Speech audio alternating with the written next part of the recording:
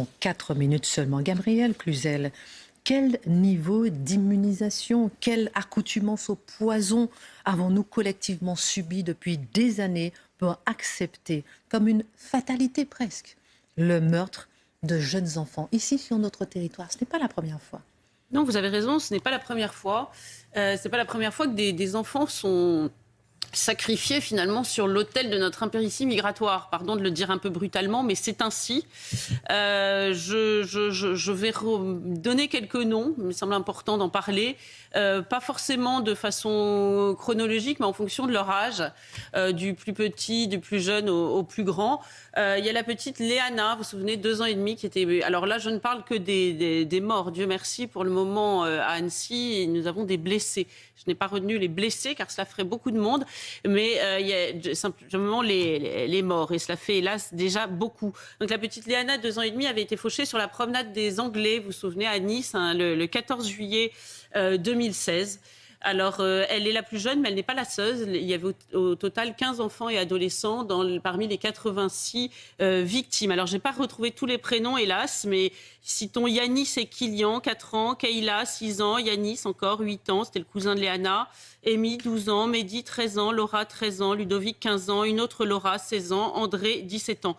Alors, le terroriste est un Tunisien qui était connu dès son enfance pour des troubles psychologiques. Qui était arrivé en 2005 en France, qui avait régularisé sa situation, visiblement de façon illégale, puisque j'ai vu qu'il avait régularisé sa situation par un mariage en 2007 et obtenu ainsi un titre de séjour. Et bien avant l'attentat de Nice, il s'était fait connaître de la police pour des faits de délinquance. Entre 2010 et 2016, il a été condamné 5 fois pour violence volontaire, vol, etc. Et il avait été mis sous contrôle judiciaire. Et puis comme il harcelait sa femme et qu'il l'a frappée, il avait fait l'objet d'une mesure d'éloignement du foyer.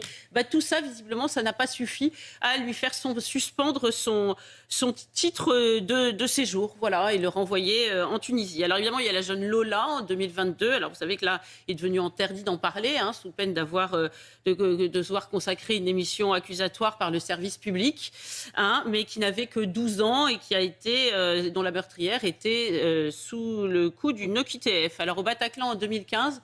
La plus jeune victime avait 17 ans, elle s'appelait également Lola.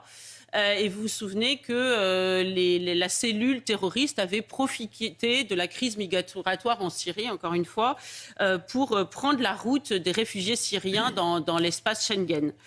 Et puis même s'il était majeur, on m'autorisera à citer Timothy, 19 ans, originaire de Savoie. Il se trouve que j'ai eu un contact avec sa grand-mère, terrassée, après une émission de CNews. Elle m'avait appelé. Il a été égorgé le 31 août 2019 à un arrêt de bus de Villeurbanne. Il était venu écouter un concert. C'était un pâtissier qui a de grands talents. Il a même fait un stage à l'Élysée pour ça. Il a même remporté un concours de poésie. Donc, vous voyez, il avait beaucoup de talent. Et son meurtrier est un demandeur d'asile afghan, schizophrène et paranoïaque. Il a été déclaré pénalement irresponsable. Alors, quelques jours après le drame, le journal Le Progrès avait titré « Y a-t-il eu une faille ?» dans l'agression sanglante de Villeurbanne. Et en fait, on savait que finalement, l'auteur de ces coups de couteau avait une véritable dangerosité, mais que sans doute la prise en charge n'avait pas été à la hauteur du risque. Et puis dans le journal, on rajoutait que un expert disait « Ah oui, mais vous savez, certains réfugiés afghans présentent un danger particulier en raison de leur traumatisme et leur toxicomanie. » C'est intéressant, voilà, de le savoir au passage. Et puis, terminons en fait cette triste galerie de portraits par Morane et Laura. Là aussi, elles n'ont pas 2 ans, mais à 20 et 21 ans, je vous assure que pour leurs parents, c'était des enfants. Assassinés gare Saint-Charles à Marseille en octobre 2017.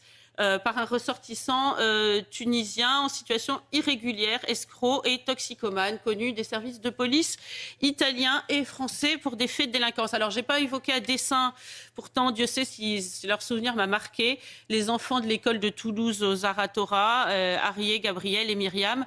Car Mohamed Merah étant né en France, il avait la double nationalité. Mais néanmoins, quand on voit l'histoire de cette famille, si lorsque son père a commis ses premiers méfaits, on l'avait renvoyé directement en Algérie, il est probable que Mohamed Merah n'aurait pas été là en France en mars 2012. Merci pour cette longue liste, Gabriel, qui fait froid dans le dos. Mais est-ce qu'il y a aussi des assassins d'enfants français? On pose les questions qui fâchent. Bah, évidemment, évidemment. Il y a même des serial killers. Je peux vous donner des noms terrifiants. Mais c'est bien parce que nous avons déjà fort à faire avec nos cinglés, nos pervers, nos tordus, faudrait avoir l'humilité, le réalisme de dire que nous ne pouvons pas prétendre accueillir les autres. Et même la charité. La charité à l'endroit de nos enfants. Parce que je parle à dessein de charité parce que souvent on utilise la fibre charitable pour dire aux Français, mais comment vous refuseriez d'accueillir tous ces migrants? Vous seriez des gens sans cœur. Vous savez, la charité sans la prudence, c'est de la folie pure. C'est ces fameuses vertus chrétiennes devenues folles de Chesterton. Le berger qui fait entrer le loup dans la bergerie, c'est pas quelqu'un de charitable, c'est un fou furieux. Point barre. Et nous en sommes là, évidemment. Alors, je voulais citer un rapport très intéressant de l'OMS en 2021, un rapport intitulé « Santé mentale et déplacements forcés ». Et il écrit les migrants et les réfugiés peuvent être exposés à divers facteurs de stress qui nuisent à leur santé mentale et leur bien-être durant leur parcours et pendant leur installation. Donc la prévalence des troubles mentaux courants tels que la dépression, l'anxiété, le trouble de stress post-traumatique, etc. est généralement plus élevée chez les migrants que parmi la population d'accueil. C'est un constat. Mais alors l'OMS fait ce constat pour demander que les migrants aient accès aux structures de santé. Mais nous savons que nos structures de santé sont embolisées. Et ce constat devrait être au contraire un gyrophare pour nos gouvernants. On parle de principe de précaution pour tout, le bisphénol, le glyphosate, le gaz de schiste, vous en citez 45. Mais en revanche, pour l'accueil de migrants, on ne se demande pas si leur santé mentale est susceptible de mettre en danger nos enfants. Et lorsque d'aventure, alors ça aussi c'est quand même absolument incroyable, la Cour nationale du droit d'asile, comme le 14 février dernier, rejette la demande d'asile d'un requérant afghan en raison de troubles psychotiques, abolissant son discernement et entravant le contrôle de ses actes, bref, constituant une menace grave pour l'ordre et la sécurité, cette Cour se voit accusée, je cite, de psychophobie institutionnelle par une tribune publiée dans le club de Mediapart et signée par des représentants d'organismes tels que la Ligue des droits de l'homme, Médecins du monde, etc.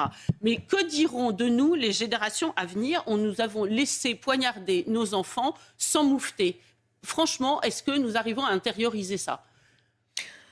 Gabriel Cluzel, il faut aussi noter que parmi ces auteurs de meurtre ou de tentatives de meurtre, certains étaient en situation régulière.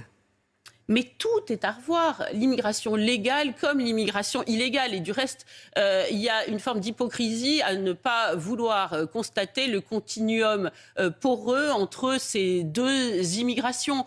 Et en réalité, quand on pose la question aux Français, c'est de ces deux questions-là dont il s'agit. Il faut faire un plan Marshall de l'immigration. Et c'est quand même très, très étonnant que ce gouvernement, qui est très offensif sur les retraites, dont la réforme des retraites, les Français ne voulaient pas, eh bien, en revanche, sur les questions migratoires, là, tout le monde est d'accord, eh bien, il reste très pusillanime. Alors, notons quelques points purement factuels, et j'en terminerai là. Si les demandes d'asile étaient étudiées à l'étranger, si l'appréciation de la dangerosité était érigée en principe de précaution, si le simple fait d'être entré illégalement sur le territoire français vous interdisait de prétendre à obtenir un titre de séjour, si la première incartade vous renvoyait dans votre pays d'origine, si toutes les OQTF étaient respectées, et puis évidemment si les accords de Schengen étaient revus, parce que pardon, pourquoi paierait-on à Annecy les conséquences des décisions ou les inconséquences de la Suède, je vous le demande, eh bien toute cette liste d'enfants ne serait pas égrenée comme je l'ai fait, puisque ces migrants n'auraient pas été là. On va faire un tour de table sur